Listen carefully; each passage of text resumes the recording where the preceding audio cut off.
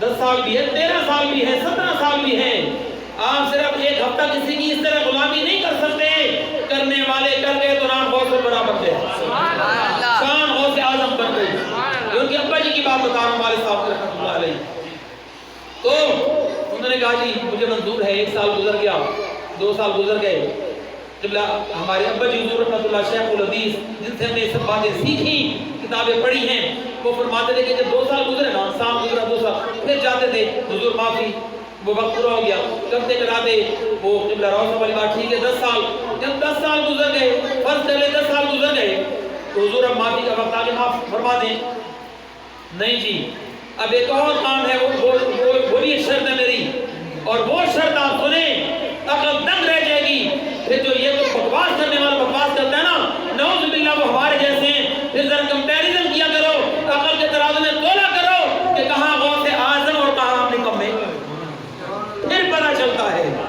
ایسے ہی کہہ دینا وہ ہم جیسے تھے، ارے وہ ایسے تھے جیسے میں بتا رہا ہوں تمہیں، پڑھ کے دیکھو قرآن و حدیث، ان کی شان اللہ قرآن میں بیان فرما رہا ہے۔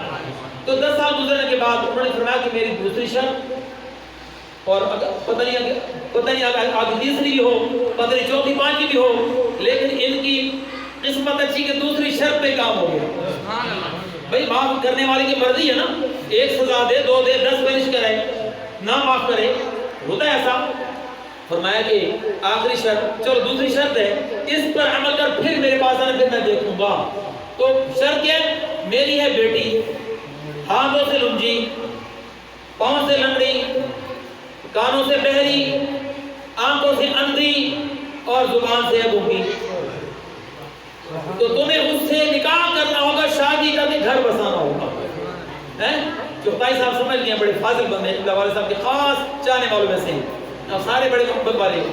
تو حضرت سیدنا ابو صالح موسیٰ جنگی نے فرمایا، اپنے دل میں خیال کیا کہ اے ابو صالح، یہ سزا بھی میں بھگتنے کو تیار ہوں، کیونکہ یہ تو دنیا کی باتیں ہیں، آج نہیں تو کل آنکھ بند ہوگی، قبر میں چلے جائیں گے، یہ سزا یہاں منظور ہے، برداشت کر لیں گے۔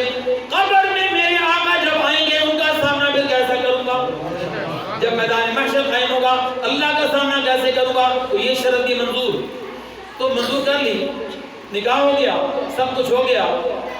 اب رات جب خلوت کا وقت آیا میاں بیوی کا، تو حضرت صاحب اندر گئے، اندر ایک عجیب منظر کہ اتنی حسین عورت، سبحان اللہ، چہرہ چاند سے زیادہ روشن، سبحان اللہ، یہ حضور سیدنا غوث اعظم کی اما جان کی بات ہو رہی ہے، سبحان اللہ، جس کو پیارے غوث سے جتنا پیار ہو اتنی زور سے بولنا ہے، سبحان اللہ، اتنا حسین چہرہ، اتنا گورا رنگ، اور ہاتھ اتنے خوبصورت چاندی کی طرح چمک رہے ہیں، پاؤں اتنے پیارے، یہ تو ہر چیز کمپلیٹ ہے۔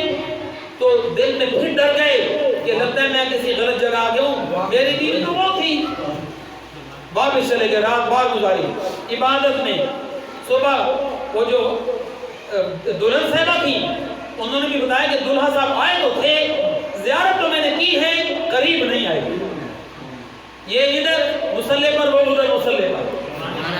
اب ہر طرف یہ بات پھیل گئی، تو حضرت ابو صالح موسیٰ جنگی میرے پاک غوث کے ابا جان کے جو سسر مبارک تھے عبداللہ صامعی، ان تک بات پہنچی، تو آپ نے بلا لیا، بیٹا کیا ہوا؟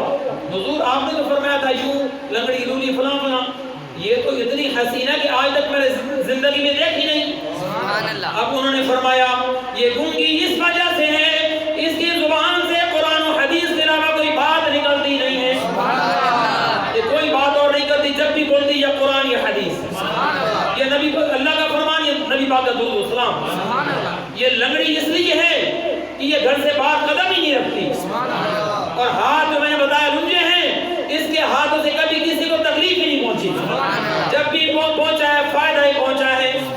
اور یہ آنکھوں سے اندھی جو میں نے کہا تھا، اس نے کبھی غیر محرم کی صورت نہیں دیکھی، اور جو ساری میں نے باتیں بتا دی، تمہاری یہی بیوی ہے۔ تو جب باپ ابو صالح موسیٰ جنگی جیسے سیب کا ایک لقمہ برداشت نہ کیا انہوں نے، اور اما جان کی تقوی کا یہ حالت ہوگی، تو جب ان کی اولاد پیدا ہوگی تو عبدالقادر جیلانی ہوں گے نا، پھر حضور غوث پاک ہی ہوں گے نا، پھر یہ سید السادات ہیں، بارگاہ میں اس شعر کے ساتھ جھولیاں بھریں. سرکار